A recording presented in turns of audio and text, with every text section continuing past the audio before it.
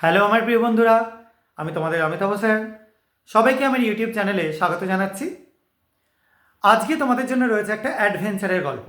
Adventure সবাই নিশ্চয়ই ভালোবাসো। তো কথা না বাড়িয়ে গল্পটা শুরু করা যাক। পাঁচজন বন্ধুর গল্প এটা। যে পাঁচজন বন্ধু ভ্রমণ বিলাসী, ভ্রমণ প্রেমী। বিভিন্ন জায়গায় ঘুরে বেড়াতে তারা খুব ভালোবাসে। বিভিন্ন জায়গায় ঘুরে এক্সপ্লোর করে সেখানে কি কি আছে তাদের জানবার ইচ্ছাটা প্রচুর পরিমাণে থাকে। এরকম অনেকেরই আছে।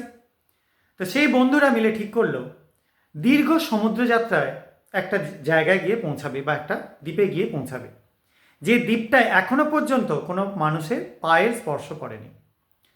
সেই জায়গায় তারা নামবে, কিছুদিন থাকবে, সেখানকার বিভিন্ন জিনিসপত্র, গাছপালা, পশু পাখি সব দেখবে এবং তারপরে সেখান থেকে আস্তে আস্তে ফিরে আসবে নিজেদের জায়গায়।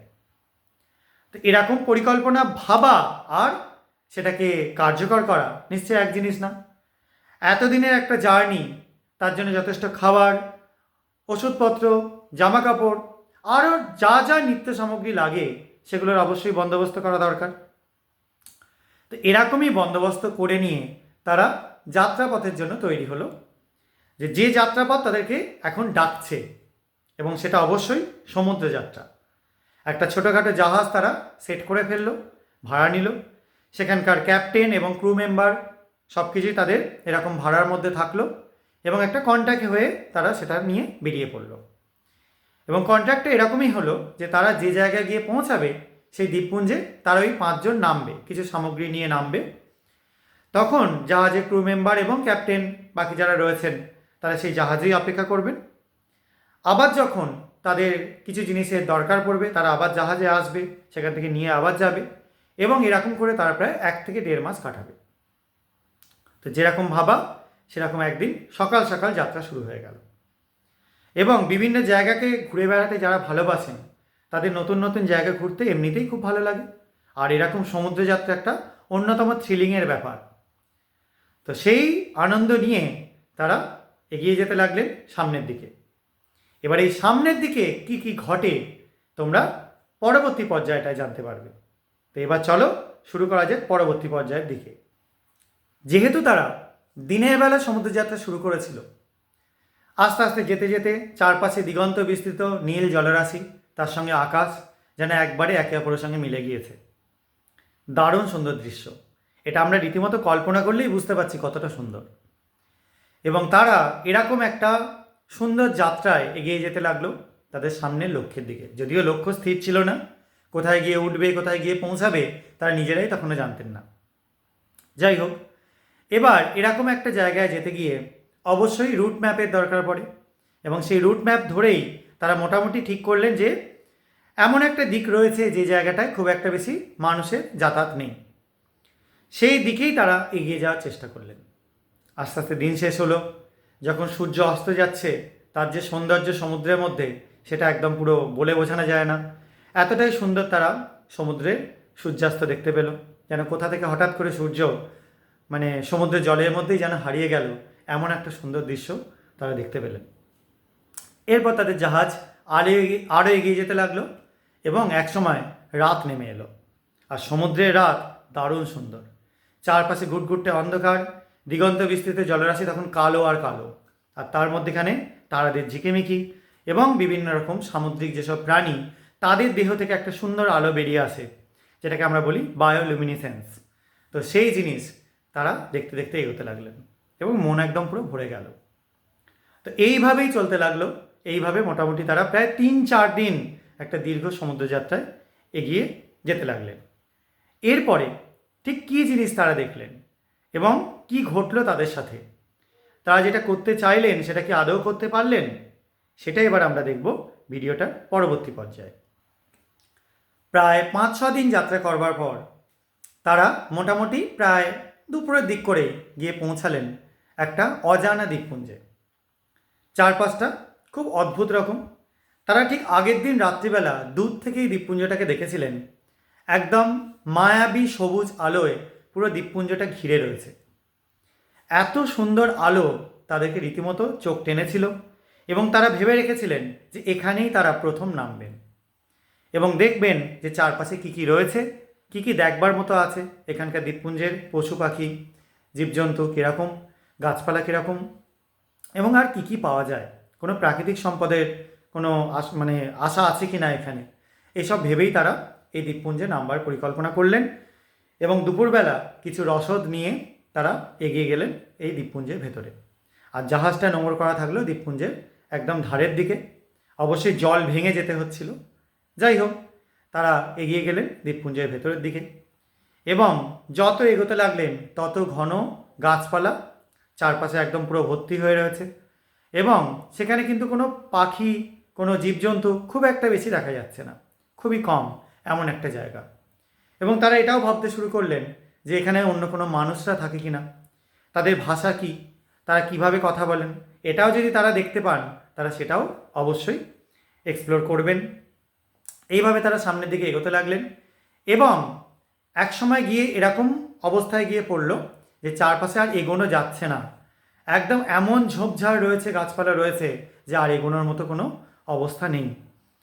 এবং এরকম করতে করতে একসময় তারা একটা গুহার সন্ধান পেলেন। যখন গুহার সন্ধান তারা পেলেন তখন কিন্তু রীতিমতো রাত ঘনিয়ে আসছে এবং এরকম একটা অবস্থাতে তাদেরকে কিন্তু বিশ্রাম করতে হবে এবং তারা এই গুহার ভেতরই বিশ্রামের পরিকল্পনা নিলেন। যখন রাতটা ঘনিয়ে আসছে তখন কিন্তু চারপাশে গুহাটা আবার সেই সুন্দর সবুজ আলোয় যেন ভরে উঠতে লাগলো। দারুণ সুন্দর দৃশ্য।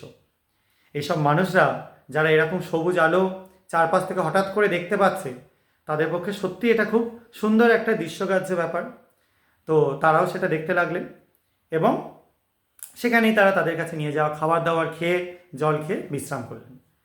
পরের দিন ভোরবেলা উঠলেন, উঠে চারপাশ ঘুরে বেরিয়ে মানে নৌকাটা যেটা, জাহাজটা যেটা বাঁধা ছিল সেখানে যাওয়ার প্রস্তুতি নিলেন। কিন্তু সেই জাহাজটা কোন দিকে বাঁধা ছিল তারা আর সহজে অনুধাবন করতে পারলেন না। বেশ খানিকক্ষণ ধরে তারা জঙ্গলে ঘুরতে লাগলেন এদিক ওদিক, কিন্তু কোনো জায়গাতে কোনো খাওয়ার মতো জিনিস বা কোনো জিনিস নেই। তো তারা রীতিমতো কি খাবেন, কি করবেন, এগুলো ভাববার চেষ্টা করলেন।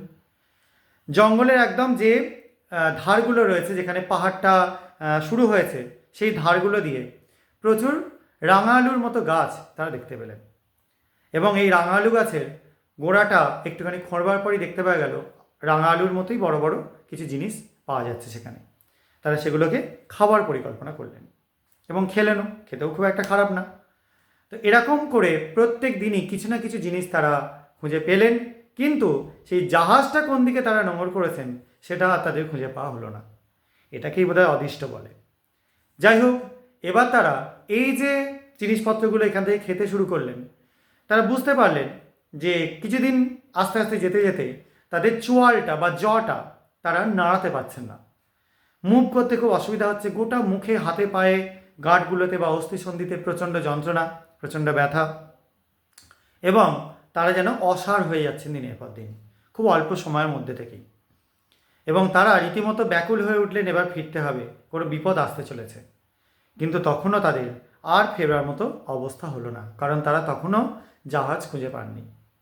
এবং এরকম করতে করতে আর ওই সব বনের জিনিসপত্র খেতে খেতে প্রায় 1.5 থেকে 2 মাস কেটে গেল, কিন্তু তারা জাহাজের খোঁজও পেলেন না। আর জাহাজে যারা ছিলেন তারাও দেখলেন দীর্ঘদিন এরা আসছে না, তার মানে এরা মারা গেছে, এরা আর কেউ বেঁচে নেই। তো তারা ফিরে যাওয়ার চেষ্টা করলেন তাদের নিজস্ব দেশের দিকে, কারণ তাদের সঙ্গে কন্ট্যাক্ট ছিল 1.5 মাসের। 1.5 মাস যেহেতু হয়ে গিয়েছে, তো এখানকার যেসব মানুষরা কোথায় হারিয়ে গেলেন, তাদের এরকম চোয়ালে কেন ব্যথা হচ্ছে, কেন যন্ত্রণা হচ্ছে, এটা এবার আমরা জানবো ভিডিওর পরবর্তী স্টেপে।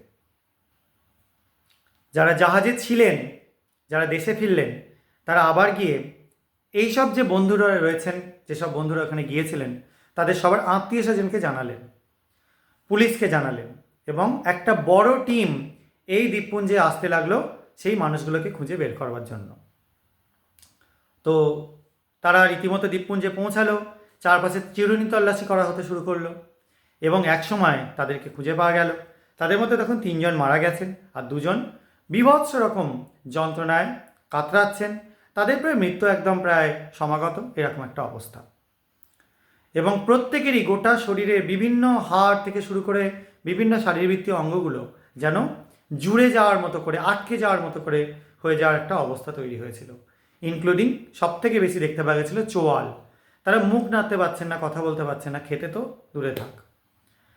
তো এইসব মানুষরা যখন গিয়ে পৌঁছালেন, যারা পৌঁছেছিলেন, তারা এদেরকে তুলে নিয়ে এসে আবার তাদের নিজস্ব জায়গায় ফিরিয়ে আনার চেষ্টা করলেন, এবং যে 3 জন মারা গিয়েছিলেন তাদেরও ডেড বডি নিয়ে আসার চেষ্টা করলেন। কিন্তু খুব অদ্ভুত ব্যাপার, ডেড বডিগুলোতে পচন শুরু হওয়ার পরেও সেখানে কোনো জীবজন্তু আসেনি তাদেরকে খেতে। তো পরে তাদের দেহের যে বিভিন্ন অংশগুলো সেগুলো পরীক্ষা করা হলো, এবং ওই 2 জন যে বন্ধু ছিল বেঁচে, তারাও কিন্তু মারা গেলেন এক সময়। এবং তাদের দেহে যে জিনিসটা অত্যধিক মাত্রায় পাওয়া গেল সেটা কি? সেটা হচ্ছে ফসফরাস। এই ফসফরাস এমন একটা জিনিস, যে ফসফরাস যখন আমাদের শরীরে খুব প্রয়োজন একটা উপাদান, কিন্তু অতিরিক্ত হয়ে গেলে সেটাই আমাদের একটা ভয়ঙ্কর রোগ সৃষ্টি করে, যেটাকে লক জ সিনড্রোম বলা হয়। আমাদের জ বা চোয়াল একদম লক হয়ে যায়। শুধু জ না, আমাদের দেহের যে বিভিন্ন অস্থিসন্ধিগুলো রয়েছে সেগুলো পর্যন্ত খুব শক্তভাবে স্টিফভাবে আটকে যায়, স্টিফ হয়ে যায়। এবার সেই কারণের জন্য এই যে যারা গিয়েছিলেন তাদের প্রত্যেকেরই এই সেম ঘটনা ঘটেছিল, এবং তারা দীর্ঘদিন না খেতে পেয়ে শরীর দুর্বল হয়ে গিয়ে এমনি মৃত্যুর কোলে ঢলে পড়েছিল। এবং পরবর্তীকালে এই দ্বীপপুঞ্জটার নাম দেওয়া হয় ডেভিলস আইল্যান্ড, এবং ফসফরাসের নামকরণ করা হয় ডেভিলস এলিমেন্ট, শয়তানের মৌল। কেন নামকরণ করা হয়েছিল? কারণ এই মৌল শরীরে গেলে মানুষ একদম পুরো পঙ্গু হয়ে যায়, শরীরের বিভিন্ন রকম কলকব্জে যেন একদম জং ধরে যাওয়ার মতো ঘটনা ঘটে যায়। এই জন্য এটার নাম দেওয়া হয়েছিল ডেভিলস এলিমেন্ট। তাহলে তোমরা কি শিখলে? ডেভিলস এলিমেন্ট কাকে বলে? সেটা বলা হয় অবশ্যই ফসফরাসকে। ঠিক আছে? যদিও ফসফরাসে আমরা অনেকগুলো রূপ দেখতে পাই, তোমরা মেবি জানো, সাদা ফসফরাস, লাল ফসফরাস, আলফা ব্ল্যাক ফসফরাস, এরকম বিভিন্ন ফসফরাস, বিটা ব্ল্যাক ফসফরাস এরকম পাওয়া যায়। তো কিন্তু যেসব মানুষদের কথা আমরা বলছি তারা কিন্তু এই জায়গায় পৌঁছেছিলেন বলেই এত বড় একটা ফসফরাসের খনি মানুষ জানতে পেরেছিল, যে ফসফরাস অবশ্যই ফসফরাস মুক্ত অবস্থায় থাকে না, যৌগ গঠন করে থাকে, সেটাকে মানুষ খুঁজে পেতে পেরেছিল। তো এটা একটা বিজ্ঞানের আবিষ্কারের একটা গল্প হলো, এবং অ্যাডভেঞ্চারের একটা গল্প হলো। তো গল্পটা কেমন লাগলো সেটা তোমরা কমেন্টে জানিও। এরকম গল্প যদি তোমরা শুনতে চাও, চ্যানেলটা সাবস্ক্রাইব করো, ভিডিওটা লাইক ও শেয়ার করো। আজকের মতো এটুকুনি। সবাই খুব ভালো থাকবে, সাবধানে থাকবে। বাই।